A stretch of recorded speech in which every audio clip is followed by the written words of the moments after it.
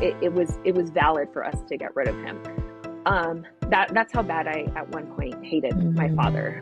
The years and years of abuse and the emotional toll that it took on us was far greater than the physical abuse. And when I talk about physical abuse, I am talking like black eyes, bloody lips, like chunks of hair missing, like it was horrible.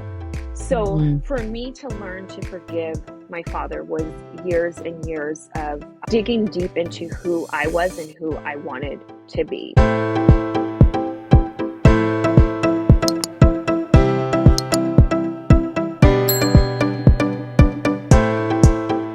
Today's guest is my dear friend Leslie Martinez, a former teacher who left the classroom to launch her own business in women's fashion. That is where she found her purpose of spreading joy and confidence into women alike.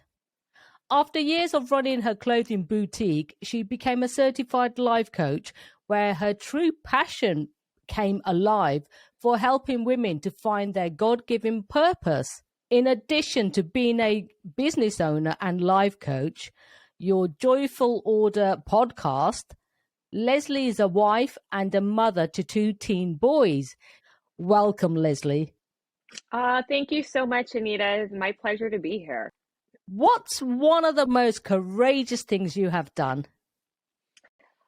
I would have to say, kind of going to my bio that you read there, one of the most courageous things that I had to do was walk away from a very prestigious, well-paid job that was no longer serving me, where I had felt very drained.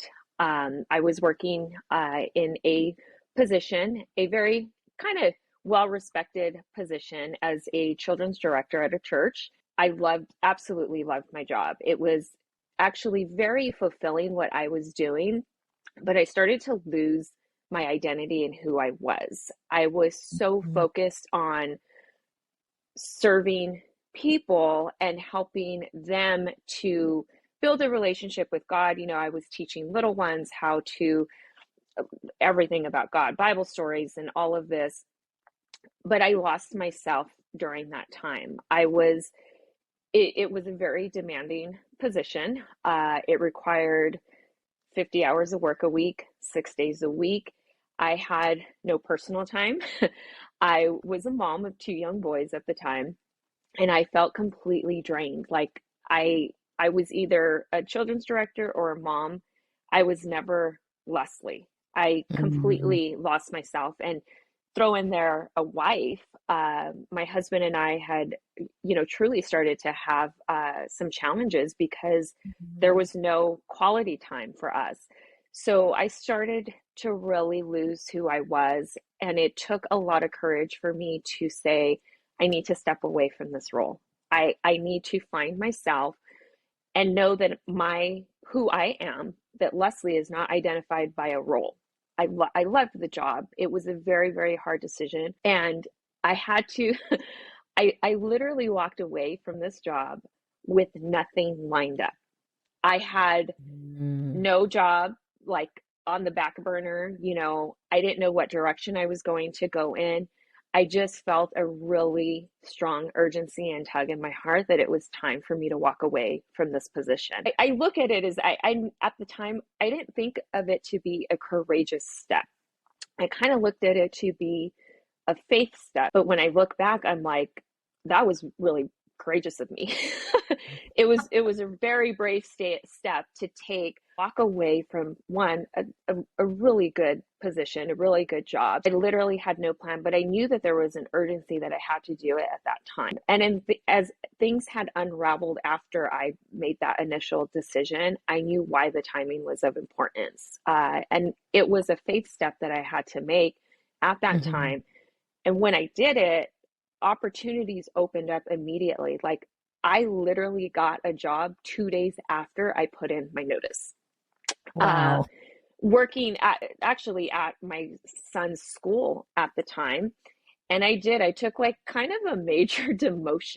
I was a director, of a children's area. And I stepped into the classroom as a teacher's aide, like an assistant. And it was a big, I guess it was a humbling thing to go through as well, because having been kind of the top of the chain and where I was Mhm. to literally coming now, like starting at the bottom, I was so worried about our finances. I was worried about insurance. I was worried about my kids' tuition. Like there was so much for me to worry about, but God provided for me. Like Mhm. he met my needs. I just needed to be courageous enough to take that step. So here I was at a job that I was working 6 days a week, 50 hours a week. I stepped into a role where I was only working 30 hours a week. I had weekends off, holidays off, summers off, and I was making the same amount of money that I was at my like director job. So it was a very courageous step, I can say, to do that. But that step allowed me to step into my purpose of where I am now. Really, it's like importance of having your own self-identity then, would you say? Yes, yes. Like I said, this job was an amazing opportunity. Mm. Was considered a pastoral position. So I oversaw over 100 volunteers. Literally hundreds and hundreds of children came into our ministry every week. So I was very much serving in a capacity of a pastoral role where I was Mhm. ensuring, that all of our volunteers were taken care of, that our children were coming in and having a great Sunday school, so to say, experience.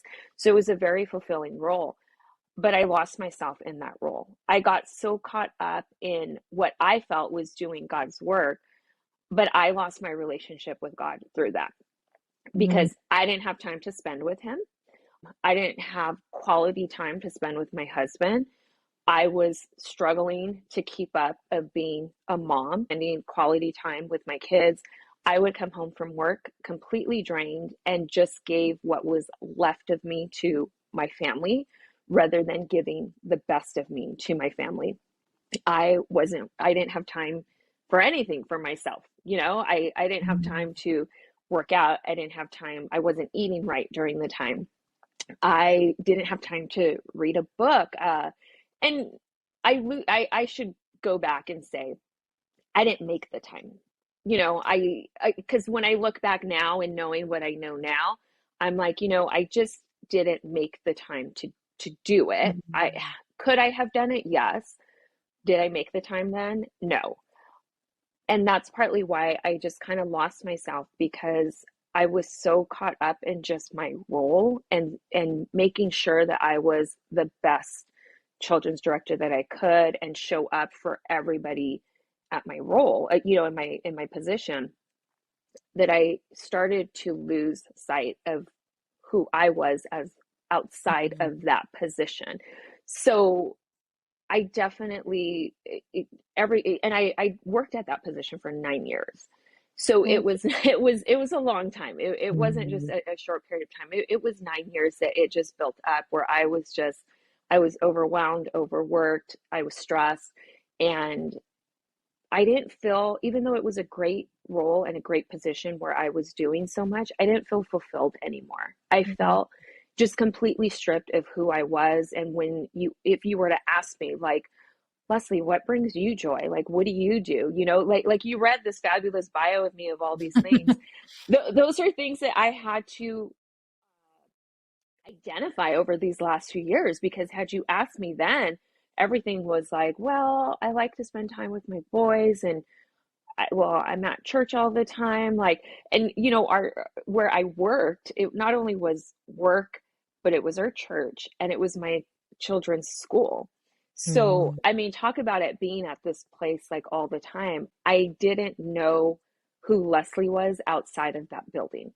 And that's where I had completely lost my identity and said, I need to step away from this to find out who I am so that I could restore joy back in my life. I can restore fulfillment back in my life and really find like what is my true purpose? I know my true purpose isn't just being this role. I know that there's something greater for me to do. And I wanted to find myself again. I felt that I had completely lost myself during those years, and not just so much in the role that I was in, but being a mom. Being a mom, you really are challenged with your identity. You don't have Mm, privacy. You don't, everything that you do is for your kids, especially, when they're little. So it was a very challenging time. And taking taking the steps of courage and going out in faith to do something like that is ultimately what, like, just yeah. transformed my life ultimately, because I knew that I was able to be courageous. I knew that I was able to walk in faith, and it also allowed me to find out who I was, and learning about yourself, I should say, as you go on that journey. When you start to learn who you are, and you start to, I really started to explore, what are my strengths, what are my weaknesses. I took like the Enneagram to learn out more about who I am. What is my personality traits?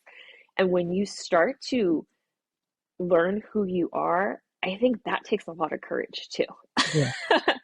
Because there are parts of you that you may or may not like, and you start to Mm, realize, like, ooh, maybe, these are things that I need to work on. And you start to think of your past and how some of your weaknesses, so to say, might have caused friction, or cause you to maybe have some challenges that you maybe could have avoided had you known that. So I think that in itself is a courageous thing as well, mm, is learning to understand who you are and learning to love yourself also. And that's what I had to go through during that time, is just learning to love who I am, and understand, who is Leslie, what is she, who is she outside of mom, wife, children's director. And that took a lot of courage to do that. I can definitely imagine. Yes. Yes. You know, perhaps like opening a Pandora's box. Yes, exactly. That's exactly what it is. And it's Mm, still wide open. There, like, even today, years later that I've been going through this journey, mm, I still, as I'm constantly learning and reading books and out there, putting myself out yeah. there, I learn more about myself. And some of it is not always the best. Mhm. Absolutely. It's unraveling. Yes, Yeah. yes. Yeah. Mhm. So, importance of faith in relationships and goals. Tell me a bit more about that, because you touched on it there. One of the things that I have explored over the last few years in learning to really identify who I am was Mhm. the importance of setting personal goals for myself. And my faith walk kind of had a huge impact on that. My life verse, it is Jeremiah 29:11, and it says, "For I know the plans that I have for you, declares the Lord, plans to prosper you, not to harm you, plans to give you hope and a future." And that verse has always been very near and dear to my heart. And it reminds me that God has plans for me. Mhm. I may have my own plans, but God's plans are greater than any plan that I can have. When I worked in my positions as children's director, and as I had transitioned, I had said I got a job at the school as a part-time aide. I eventually worked up to a full-time classroom teacher Mhm. at the school. So I was also a classroom teacher. I taught for about 5 years. We were required to have goals and milestones for the position that, I worked in. As any given job, Mhm. you typically will have some type of goals that you are required to meet each year. And especially as a teacher, like, we had a binder. It was called a curriculum plan. And it's a binder because you have to take your students from point A to point B, and there's very a lot of steps in between of how you have to get your students from here to there. I mean, for example, like you're looking at maybe a second grader coming in and with math and what the concepts are. So it's like, okay, we're taking addition and Mm, subtraction, and then in a couple months we got to get them to division or multiplication and into fractions. So you're taking mm, them from the easy steps to the next. So I was really good at setting goals and breaking things down for my students and for my job position. But when it came to personal goals for myself, I literally had none, none. And I had started to read some personal development books, really mm, starting to listen to podcasts. And I kept hearing people talk about goals, goals, goals. And I'm like, I don't have goals for myself. Like, I've never written goals for myself. I have a binder full of goals for my career, for as a teacher for my mhm, students. And I really started to challenge myself, like, are those goals for my students enough fulfillment for me? And I realized it's not. Like, I need to be mm, fulfilled and I need to set goals for myself.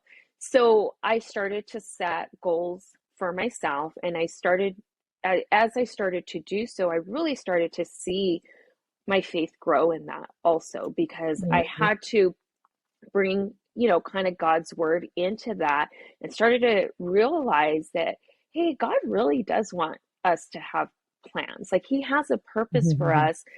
He also needs us to work. God works through people. God's great at performing miracles, but He also needs people to work. Goals are a huge thing for me, and that's one of the things that I do is I help women to achieve their goals. As a mhm, life coach, that's what we do. It truly has changed my life to make personal goals. I get excited at the beginning of every year when it's time to, write our goals.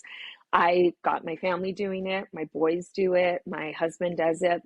We've been doing it for mm, the past few years. We check in daily with each other, at the end of well, Sunday through Thursday, me and my family, we get together every night for maybe about 20-30 minutes. We have kind of family quality time when we go over our goals for the week. Like, we know, like, okay, what do you have going on this week? What is your goal this week? I have seen the impact that it's had on my boys.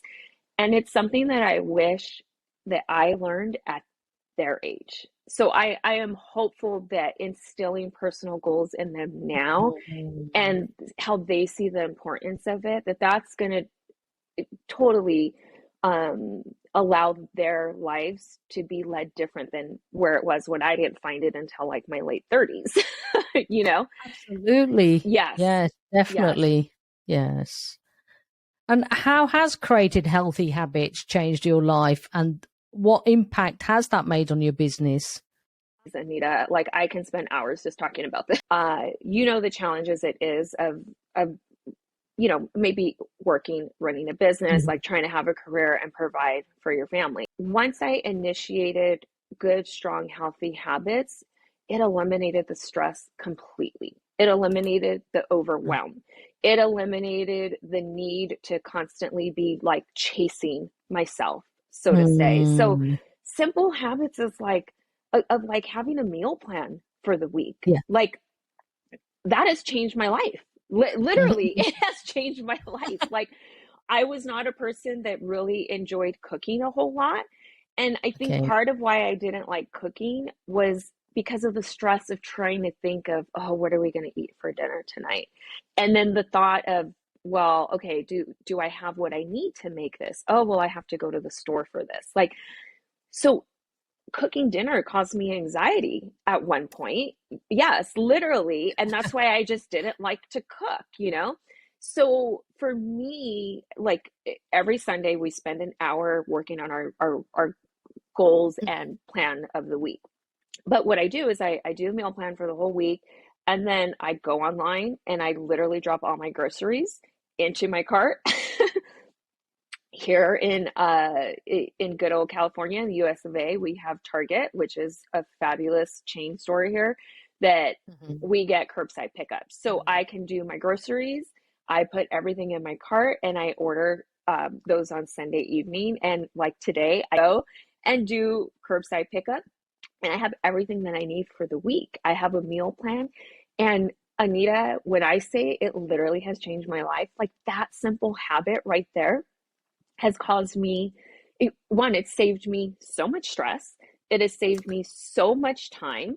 It has saved my children from like, what's for dinner? What's for they know to go to the refrigerator and look at the meal plan because I write it down. Absolutely. It actually has saved me money. It has saved me a lot of money because it's eliminated us from eating out as much as we used to. Mm, And doing the whole online ordering stops me from going in the store and getting what things that I don't need, So I have a meal plan and I know exactly what I need. So I only yeah. buy exactly what I need. That simple habit, like that is something, it's so funny. Like, I don't know if you realize like my demeanor changed when I'm talking about this right now. Definitely. Because Excitement. yes, because I know what it's done to my life. And even as I have shared that with other friends and, some of my coaching clients that I have, they too share like, Leslie, I get what your excitement is about this. Yes. Like, because once you actually put it into place and you follow it, it's a game Mm. changer. And you don't realize how small little habits like that can literally transform your life.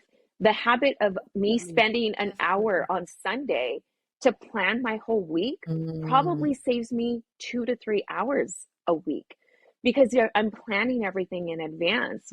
So there are small, simple habits that can truly, truly change your life. And you don't think like, oh, how's a meal plan going to change my life? It's going to It save you does. so much Yeah. time. It does. It truly, truly Mm. does. And it just takes the commitment of you to keep that habit going and for you to see the benefit of it.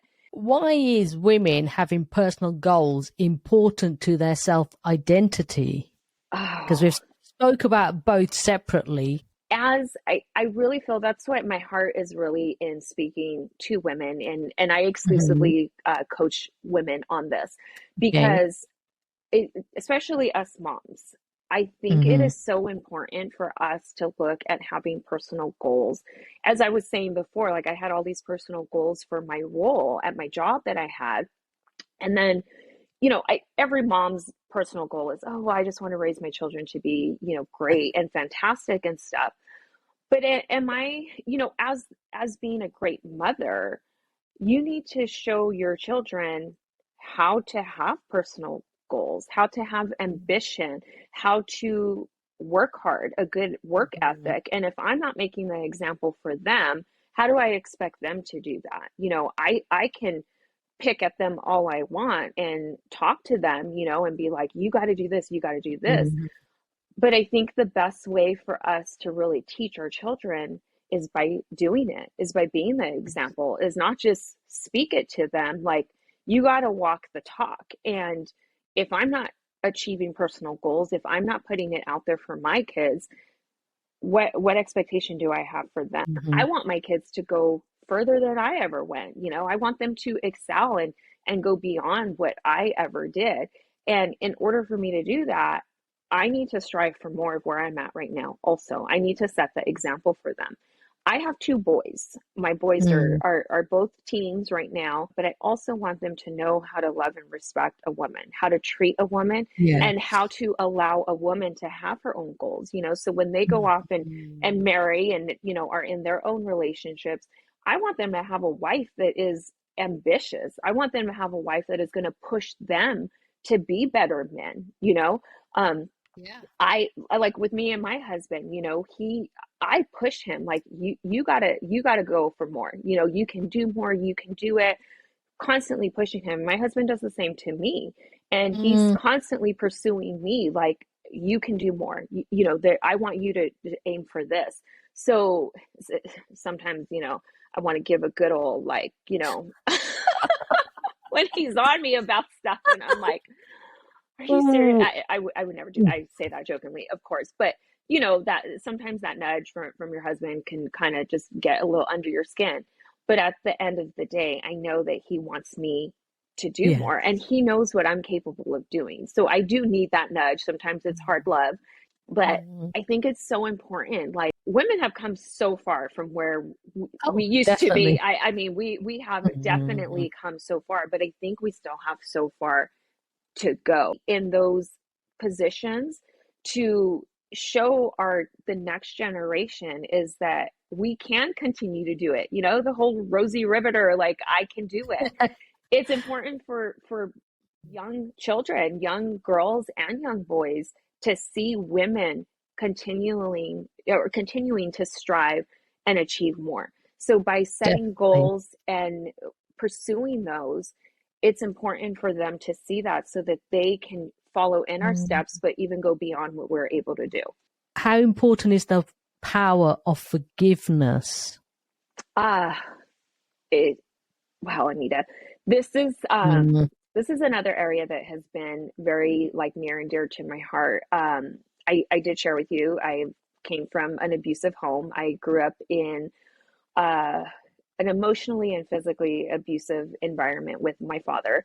And there was a time in my life, after years and years of abuse, I was a young teenager that I literally felt like I wanted to kill my father. I felt that we would be better off without him. I felt like if I could get him to just beat me up really bad like he normally does, that would be enough evidence for us to just like be like, look, it was valid for us to get rid of him. That's how bad I at one point hated my Mm. father. The years and years of abuse and the emotional toll that it took on us was far greater than the physical abuse. And when I talk about physical abuse, I am talking like black eyes, bloody lips, like chunks of hair missing, like it was horrible. So Mm. for me to learn to forgive my father was years and years of digging deep into who I was and who I wanted to be. I hated my father so bad that I wanted him completely off of this earth. I thought, like I said, I thought that we would be better off without him here. And Mm. it took for me, started going to church. I had, gave my life over to God. And as I started getting connected to church, I started serving. There was just this tug on my heart. Like I felt that there was something really blocking me from moving forward in my walk with God. And it was revealed to me that I had a lot of unforgiveness in my heart towards my dad. And because of what we went through, I mean, having anger and unforgiveness is very valid. Any typical person Mhm. having been what we went through would have some kind of resentment towards them.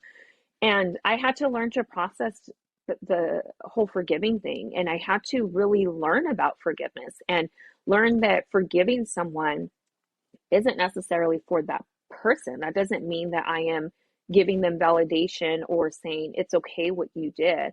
Forgiveness is for me. Forgiveness is all about me healing and moving past and Mm. saying, you know what, I'm going to forgive you because it's a hindrance in my heart, and anger and hate is a poison you swallow that you think is going to affect someone else. But no, I'm the one who has it inside of me. So I had to release that. I had to forgive my dad for everything and try to move forward. And even as I processed the forgiveness and really tried to deal with the rejection, I try to reach out to my dad several times and create a relationship with him. And through all the years, it was constant rejection, rejection, rejection. And I really just came to terms of that he's not in a place where God is going to allow him into my life again. As much as I wanted that father figure in my life, as much as I yearned for it, I also came to terms to know that he is not worthy of me. And that may sound a little arrogant, but I do not need the negativity. I do not need the just that bad energy that he may bring to me. I don't need to have that feeling of rejection. I don't need to have that feeling of being hurt anymore. So I did, there was a point where I was really trying to reach out to him and create Mhm. some type of relationship and basically didn't get a response from him. So I just Okay. decided, I forgave. I am good. Like my heart is good. I love him. I still respect him and as my father. But Mhm. I don't have to have a relationship with him to be the Mm. person that I'm called to be. I have an amazing husband. My husband, we've been married for going on 21 years. And I really feel that God restored who I needed as a father's husband role in my life. Like, Mhm. he gave me my husband in lieu of Yes. that, and I don't look to my husband as like my father figure, but he's an Mhm. amazing father to Yeah. our sons. He's the father that I never had. He's the father that I always wished I had, but he's that father to my sons. I don't feel I'm missing out, really. I feel it's like my father's the one that's missing out because my heart is good. But Mm. it took for me to process learning to forgive. Learning to forgive. I've actually worked with women. I've led several groups on learning to forgive. And some of these women that I have worked with, I mean, I thought I had it bad of situations of having to forgive. When I hear what Mhm. some of these other women have gone through, I'm like, wow, how do you forgive someone that raped you Yes. or that took away your innocence, someone that murdered someone in your family? And it's a very hard process, but that's where I learned forgiveness is not for the other person. It's for you. It's to heal yourself. So it's a very hard and challenging thing to go Mhm. through, but it is necessary to deal with whatever past hurts that you have had in order for you to move forward. Definitely. And like you say, how to deal with the rejection as well. I mean, Yes, that's a biggie as well. exactly. Mm. Mm. Especially, I mean, from your own father. I mean, and Mm. and this is a man that raised me till, he kind of walked out on us when I was like about 17. So Okay. he raised me his whole life, or I don't want to say my whole life, up until I was 17. And and I guess in his sense, he kind of felt like, well, I raised I did my job. He Yes. kind of felt like I did my job. I stuck Mm. around until, I have an older sister too. We're Mhm. 5 years apart. So she was in her 20s when, my father upped and left, but my sister had been out of the house already. So Mhm. it was my senior year of high school that he officially left. But those last several, I would say 6 years prior to that, were it was a living hell. It was a living hell in our house because my parents were constantly at it. He had extramarital affairs, and all this stuff, and it was hard, and it's like he just stuck around because he felt like, well, if I could just get her till her senior year, I would have. Heck, I at one point I wanted him completely off of the face of the earth. Mhm. It was like you would have been better off leaving and just letting me be with my mom.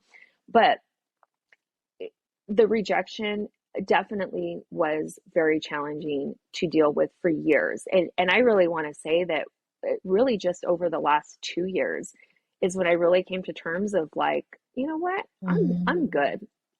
Where it doesn't Yes. hurt anymore. And I had even shared with you our last conversation where like Mhm. I'm to the point now where I can talk about all of this without even getting emotional about it, Mm.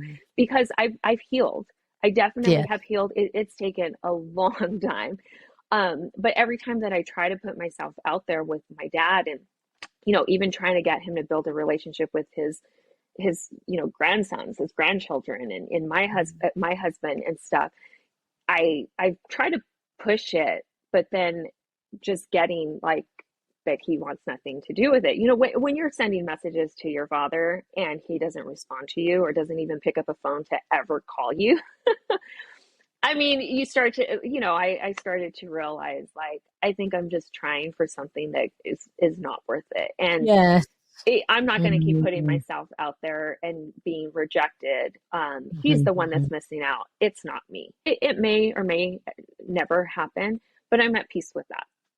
You're at peace with it, and that's what matters. It's not Yes. about the other person, it's about Yes. yourself. Yes. Exactly. Yes. Yeah, you've done a lot from where you were to where you are now, Thank you. and you're Yes. helping women yourself now. So, where can the listeners find you online? What is your website? My website is yourjoyfulorder.com, and they can follow me on social. I love IG. That's probably the best place that anybody can follow me. On IG, I am at Your Joyful Order Style. And yeah, I love to connect with women alike. I am always reaching out to engage, with all the women on my platforms. But I really am, if there are women that can connect with any part of my story and dealing with, being courageous and your faith walk, and even just dealing with unforgiveness and goals and all that, those are the women that I love to speak and connect with. Mm. That's excellent. And all your details will be in the show notes. So if anybody wants to look at them and connect, that's, be a good way Awesome. to show. Yes. Yes. Thank you. And I do offer, I have a online workshop that is coming up soon. It is called Hmm. Illuminate, and it is actually geared to help women with their goals. And it is a it is a faith-based workshop that I offer. So if you are Hmm. looking for a faith-based reason to get your goals going, Thank you for sharing your courageous journey with us today. And by doing so, I'm sure you have helped so many others. Leslie Martinez. thank That's you so absolutely much, Anita. fantastic. Thank you. What is your definition of courage? Oh, my definition of courage actually coincides with what I think my definition of faith is. Because in order for you to be courageous, you have to have faith. And there is my one of my favorite quotes. It actually comes from Martin Luther King, and it is, um, "Faith is taking the first step without seeing the entire staircase." And I think that goes perfectly with being courageous. A lot of times you just have to take the first step without even seeing where the rest of the staircase goes. And to be courageous, you have to have a strong faith and know that it's going to work out. That God is there, that God is going to carry you through. But courage definitely requires faith and just taking that first step.